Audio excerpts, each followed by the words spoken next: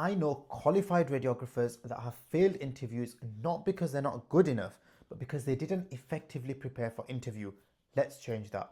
Hey friends, welcome back to the channel. If you're new here, my name's Ibrahim and I've helped over 1,000 people with their NHS applications. We're going to split this video into three parts. First, I'm going to talk about the safety first mindset, and then we're going to do a deep dive into the two golden frameworks to structure your answers. And finally, we're going to run through three specific radiography scenarios like the wrong patient error and safeguarding that come up in almost every single NHS interview. Let's start with part one. So the core concept of NHS recruitment starts with values, and that is two sets of values. First is NHS values, and the second will be that particular trust or that particular hospital's own values. And the second part that they're looking for is legislation. So what they're wanting when you're answering questions in an interview is everything is brought back to values, and you constantly refer to the NHS values, the trust values, and if there's anything related to sort of radiation protection, you're referring back to legislation. Now, the legislation, the key pieces of legislation, you've got the IRMA 2017 and the IRR regulations, and it's key to view sort of radiation protection through these legislation and through these guidelines. And the focus in NHS interviews is often not just on sort of how you take x-rays. They're confident you're able to take x-rays, you've got the qualifications. What they want to know is you're going to be a safe practitioner, you're able to justify x-rays, and you're able to have a good understanding of the legal frameworks that back radiation protection laws. You also have the legal responsibility as the operator and practitioner as a radiographer in the UK, and so you need to be really aware of how your role ties into IRMA and IRR. Before any interview, I would advise that you go onto the government website or you go into the SOR and get familiar with the radiation protection laws. We'll try to leave some links somewhere to the IRMA and IRR legislation, but they are really useful pieces of legislation and a must read before any interview. Actually, preparing for interviews is not easy, especially when you're nervous and you really want the role. But don't worry, I'm going to talk about the structure that you can use so you can answer questions confidently in the NHS Jobs Fast Track Guide. It's a resource that's normally worth £49, but it's now free. It's got the tips and tricks that I've used to help over 1,000 candidates in the job market. Click on the link in the pinned comment to get it today. We have got another video on general interviews in the NHS, and that talks about things like calming your nerves, how to answer questions, and how to prepare in general for NHS interviews. If you've got time, do check that out. In terms of the two golden frameworks, the first is NHS values and the trust values. So you've got the NHS 6 Cs, which are care, compassion, competence, communication, courage, commitment, and then you've got the trust own values, which would be found on their website. But there will be something similar, there'll be kindness, there'll be communication, good quality patient care, something about improving. These are the sort of general values that the NHS hospitals will have. The key thing though is to remember when you're answering questions in NHS interviews, you're being marked on how well you're answering the actual question, but you're also being marked on how closely you're reflecting the trust values. It's something known as values-based recruitment. A lot of people don't know about this, but you need to understand how they're grading you, and that is why you're going to get sick of it, but you're going to have to refer back to these values as much as possible in your interviews. When you're practicing for the questions, you need to learn to start referring back to these values, and that is how you're going to be graded, how you're going to get the top grades in the interviews. So for example, if they asked you about a distressed patient, who's come for an x-ray, talk about how you're going to make the patient manage that x-ray, what changes you're going to make it more comfortable for them, etc., and communicate with them. But you're also then going to talk in the lens of values. So you're going to say, one of the NHS values is communication. One of the NHS values is compassion. Your trust value is kindness, treating patients as you'd expect to be treated yourself. And because of this, I would treat a patient in this way. So it's basically answering the question and then linking it back to some sort of value. And that is how, it's like a cheat code basically to pick up them extra points. The second is the STAR technique. So anytime you're asked a question about a past scenario, so for example, how you've dealt with a busy A&E department. You're a single radiographer, or you're two radiographers, and you're working on a very busy day, a very busy shift in the A&E department. How are you going to deal with multiple trauma patients? How are you going to prioritize these patients? How have you done this before? The way you answer this is using the STAR technique. So you've got situation, task, action, and result. And you can say, you've what the situation was, what you've done, and the actions that you personally took, and the result of what you've done. So it's a good idea to prepare these examples, the STAR examples, for every item on the person specification in the essential and the desirable criteria. It does take a bit of time, but it will make your life much, much easier. Quick pause before we continue.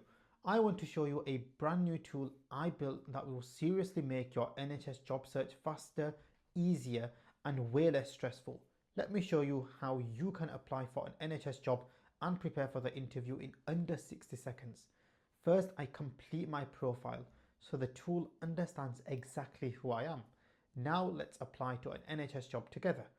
I search for a role, choose this one, and copy the person specification and job description. I then paste this into the generator, and just like that, there it is. A fully tailored, personalized, role-specific supporting information section created automatically. Now I'm going to prep for the interview.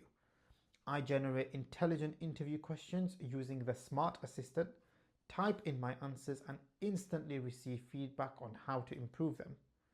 After that, I revise using flashcards.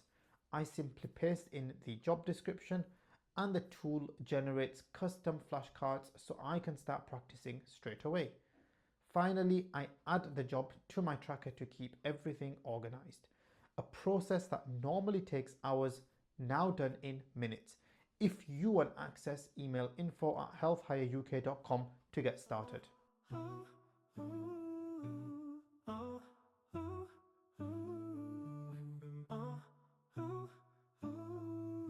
There's some scenarios that come up in NHS radiographer interviews. We've helped a lot of radiographers, and a lot of the times these questions have come up, and we're going to go through them now, and in terms of how you can answer these questions. So one of the first questions will be something related to a radiation incident. So one of the potential scenarios could be, the interview panel is going to tell you, you've accidentally x-rayed the wrong patient, or you've done the wrong body part, and what actions are you going to take once you've realized this has happened. And the answer in this case is, your action is, you're going to stop immediately, you're going to check the patient, and then you're going to go up to the radiation protection, the radiation protection supervisor, that anyone in your department who's responsible for radiation safety, and speak to them. You're going to speak to the referrer to say, listen, there's been a mistake that's been made. You're going to be open and honest. There's something called duty of candour in the NHS. So you're going to be honest with the patient, with the staff, with your management, with the radiation supervisor, that this is what's happened, I've made a mistake, and this is why it's happened, and this is what I've done. And then in terms of reporting, they're gonna expect you to sort of understand like what you did following on from this incident. So you can say, immediately I stopped, we checked the patient, we've informed the management, informed the referrer, I was open and honest, I know there's a duty of candour, and then I've reported it. I've logged onto a Datex. Datex is basically like an incident reporting system. Some hospitals use some different systems, but basically each hospital will have an incident reporting system. So you can say, we've logged the Datex, and I followed the trust policy on sort of any radiation incidents, and this is how I deal with the situation. So what they're looking for is that they know that sometimes a radiographer is going to make a mistake. What they want to know is like what you're going to do in that situation, and making sure you're sort of aware of NHS legislation, and making sure you're being open and you're always following like set protocols to make sure that each incident is dealt with in the appropriate manner. A second sort of big theme in NHS radiographer interviews can be on safeguarding, particularly on sort of non-accidental injuries. A few years ago, there was major scandals involving children coming multiple times to hospital with very suspicious injuries, but no one was really reporting it. And unfortunately, in some situations, these children later died. So the NHS is really taking safeguarding very seriously. Once you sort of join the NHS, they will make you do training. But before that, it's good to have a basic awareness of how safeguarding works and what you would do in certain situations. So for example, they may say to you, like, you've got a 2-year-old patient, the parents are brought in for an x-ray, the injury doesn't match the story, so if something's not adding up, what are you going to do? And in this situation, you'd say, what actions you're going to take. And one of the things we would advise is to say, do not confront the parents. You complete the x-ray as requested. Of course, there's an injury here, and the x-ray has been requested by a doctor. So you're going to, you're going to complete that professionally, and you're not going to say anything to the parent at this point. You could then, in terms of the next step, you're going to check the imaging history. You could see that they've come in actually 8 times with this injury before. And we've all seen toddlers and how they are jumping off the walls and everything, but sometimes if there's very specific injuries, this is now suspicious, and now you need to flag this up. Maybe the doctors in A&E are really busy and they've not picked this up. It's your responsibility now. You all have a responsibility for safeguarding. Your next step would be like, what are you going to do? In this case, it'd be, you're going to speak to a senior. You're going to speak to either a radiologist or someone from the pediatric department. And then you're going to follow the safeguarding policy, which would be, most hospitals would have a safeguarding lead for children and a safeguarding lead for adults. And all you have to do, these people are really, they'll take over from you at this point. All you do is say what your concern is, say what you found out so far, and they will take over the investigation.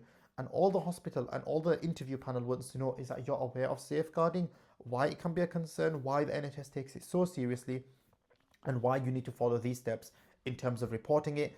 And even if you think that the doctor in A&E may have picked it up, it's always worth having 2 reports for one incident than no one reporting an incident and a child later dies. This is something that nobody wants.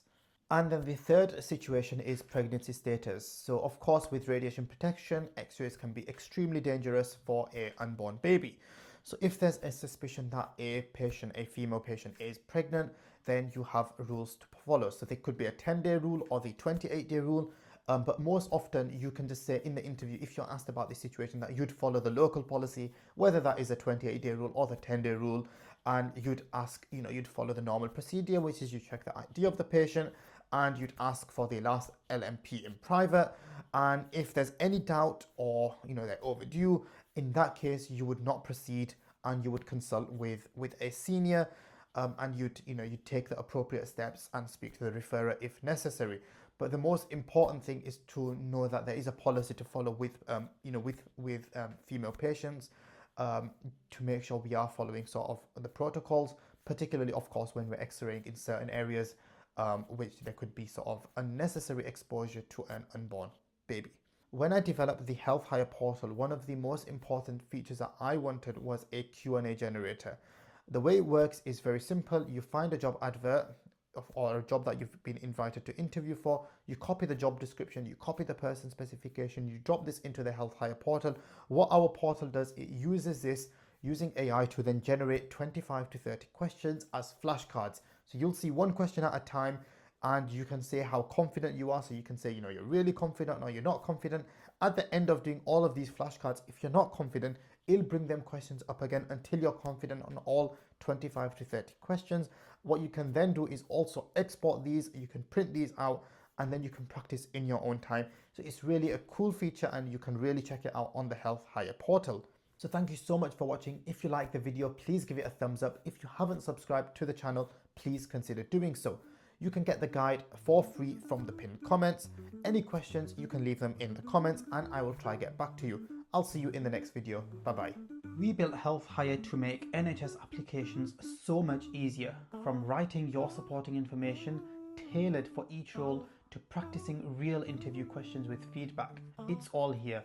Grab lifetime access for just £70 and start applying with confidence. Email us at info@healthhireuk.com.